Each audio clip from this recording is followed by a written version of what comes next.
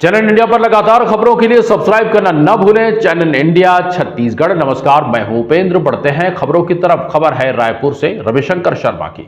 छत्तीसगढ़ के उप मुख्यमंत्री विजय शर्मा ने आज विभिन्न विषयों पर मीडिया से चर्चा की। उन्होंने प्रदेश के शहरी क्षेत्रों में हुए कम मतदान पर चिंता जाहिर की।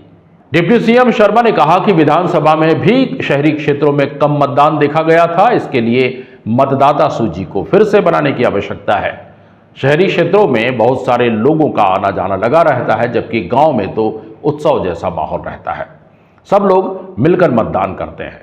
आपसे ना एक बात ज़रूर कहना चाहता हूँ। शहरी क्षेत्रों में विधानसभा में अभी आपको कम मतदान ऐसा दिखा होगा, परंतु इसके दो कारण हो सकते हैं। पहला तो जो प्रथम मुझे ये समझ में आता है कि अभी हमारे मतदाता सूची के मदर रोल को फिर से बनाने की आवश्यकता है। मूल मतदाता सूची जिसको कहते हैं, उसको फिर से बनाने की आवश्यकता है, क्योंकि शहरी क्षेत्रों में बहुत सारे लोगों का आना, उसका मतदाता सूची में नाम जोड़ना और उनका वापस जाना हो जाता है। मतदाता सूची से नाम नहीं कटा होता है, इसलिए वो कुल मिलाकर मतदान कम दिखता है, ऐसा मैंने देखा है।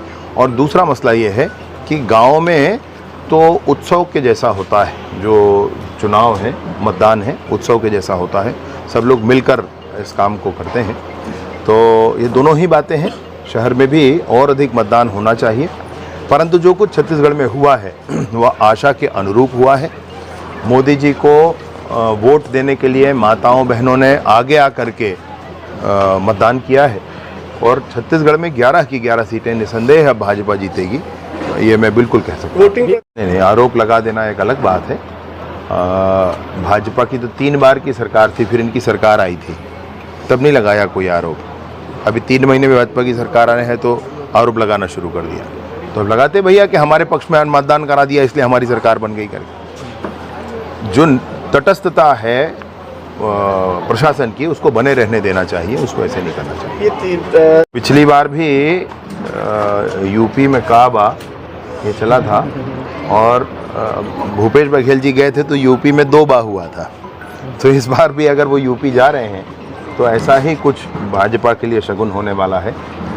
और मैं सोचता हूं कि उनकी छवि के साथ जब वो जा रहे हैं तो शायद देखिए क्या होता है, परंतु जनता में तो कुछ नकारात्मक प्रभाव इस विषय का होगा।